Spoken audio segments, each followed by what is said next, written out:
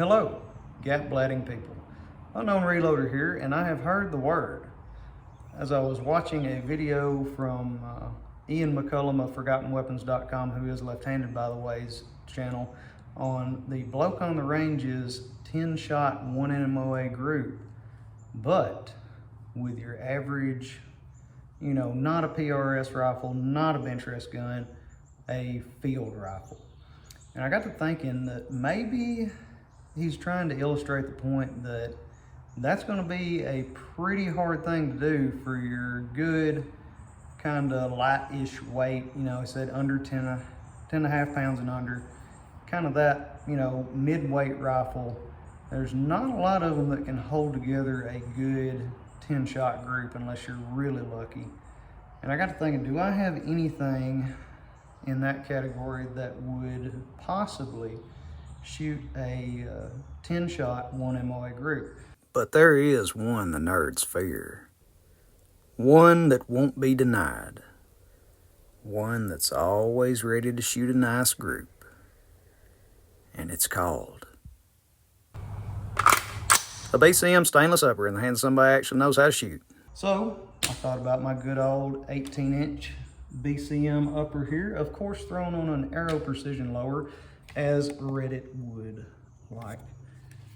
So what we have here is a 18-inch BCM upper with the Criterion Hybrid 1-in-8 twist stainless barrel on a Aero precision lower, of course. And this thing shoots amazing 5-shot groups all day long. I mean, it'll pull off 3/4, half MoA on a really good day, but everything you put through this usually just shoots excellent. So I've got some 77 grain tip Match Kings in here, and it's just kind of the basic. Once fired, Lake City brass, CCI 41s over some tack, I believe. And I did throw these, so maybe it'll hold together. Maybe that plastic thrower messed up and we'll throw off one or two. We'll see. So I was thinking about like the other, no, I remember what it was. I had a comment that I posted on Ian's video about how he wasn't squared up behind the rifle so that the recoil goes straight back through your shoulder, through your whole body, keeps you steady. He was kind of off to one side. And also said he didn't have the holy rear bag of tight groups. Now, someone commented that the rear bag was not allowed, and I was like, rear bag not allowed? That's how you shoot good groups. You don't just hold the gun in your shoulder and shoot a 1 MoA group. This goes with me in the field all the time. Anytime I've got a precision rig out, this is with me. Anytime I'm hunting, anytime like that. So maybe they were thinking about the bigger bag where it kind of grips the butt stock and holds it up level, but weren't thinking about the little bean bag here. But that's what I've been using for years to shoot good groups, so I will always shoot it. The Bloke on the Range did respond. He said that the rear bag was not banned from the competition, but it was frowned upon. So again, I think they're thinking of the big, the set the stock down in it kind of bags. Anyways, he also said something about you won't see anyone in the Olympics using a rear bag. But I don't know. I don't watch the Idiot Box a lot, so I'm not really versed on the current Olympic standards. But if I had to take a guess, I would say if you're going to do Olympic style shooting, it probably looks something like this.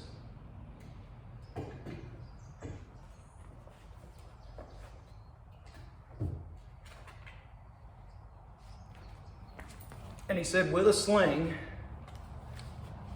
So they'd probably be doing what, some kind of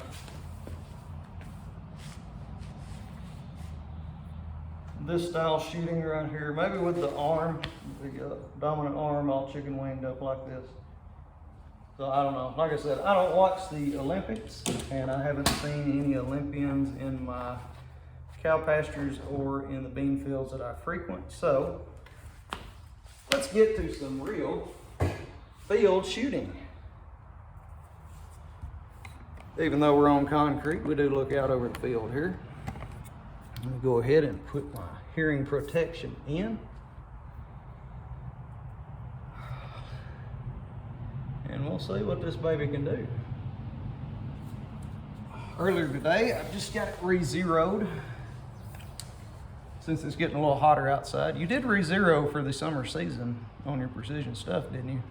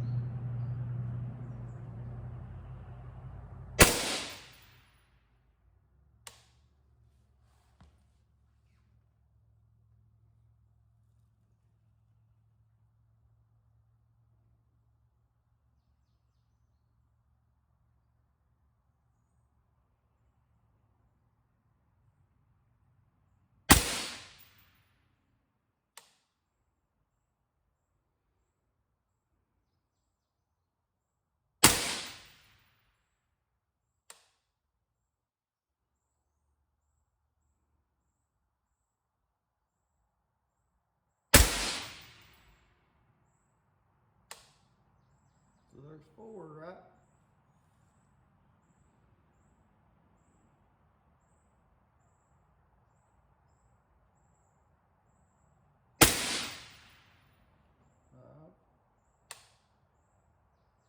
Starting to see the shots climb just a little bit with the heat.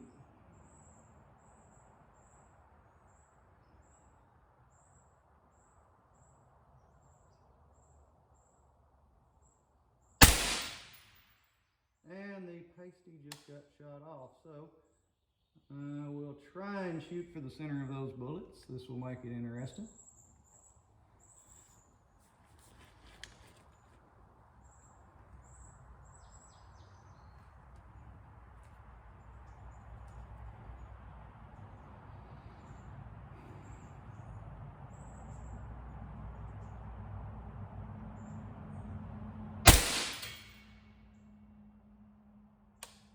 Six, if I'm counting right.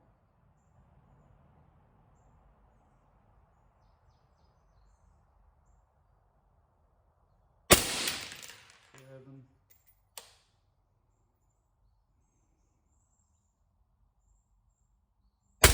8.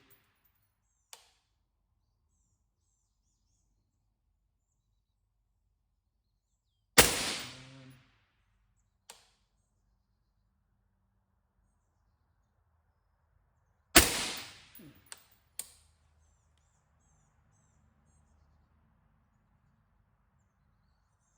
Maybe.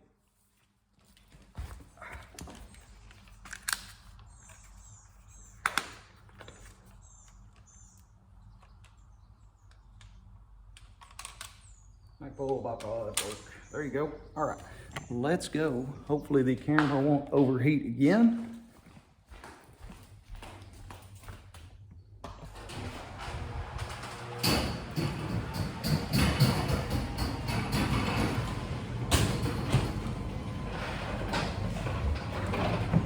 Since we are American, let's get in our mobility scooter here.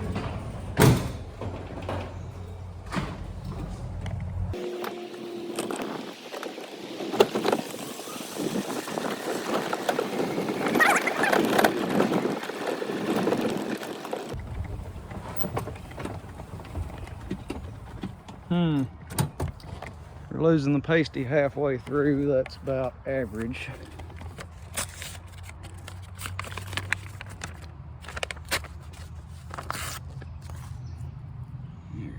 Just couldn't hold on any longer, could you? Become part of the target. All right, let's cut since you've seen the paper and regroup on the bench.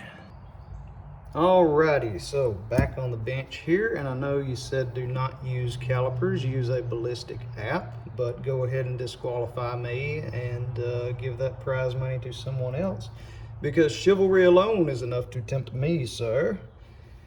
So let's see here. I believe here is our largest spot.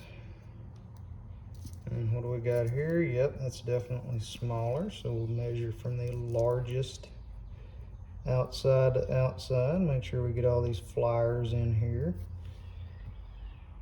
See, maybe a little more than that. Right there.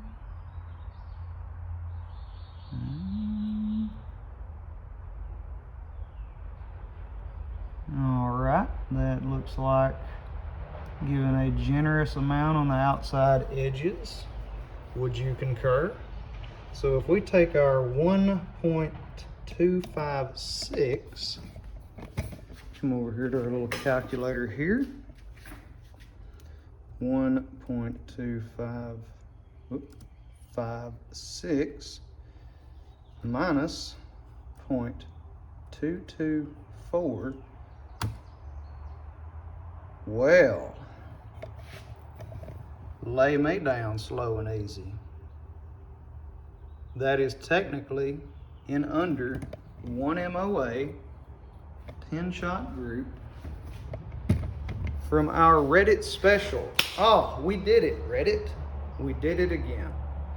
So I do hope you've enjoyed the video. Appreciate you watching. I hope this inspires you to get out and try shooting and making sure your rifles are still zeroed. So get your rear bag, get your good rifle, and go shoot a good group or go kill something. Have a good one. Okay, so to make this video as long as possible and to properly illustrate what I mean by being down behind the rifle, giving yourself the perfect setup, we're gonna go ahead and talk about how I do it. Now, I like to watch this dude, I think his YouTube channel is THLR.no. You know, the long range blog guy, Thomas over in Norway. He has really good content, and I've been watching him for like the past 10 years about how to get the perfect setup to shoot well. I really like watching him because he does a perfect job of explaining everything you need to do to shoot good. So check him out if you got time. So what we're gonna do, we're gonna have our bag clipped to us somewhere with a carabiner.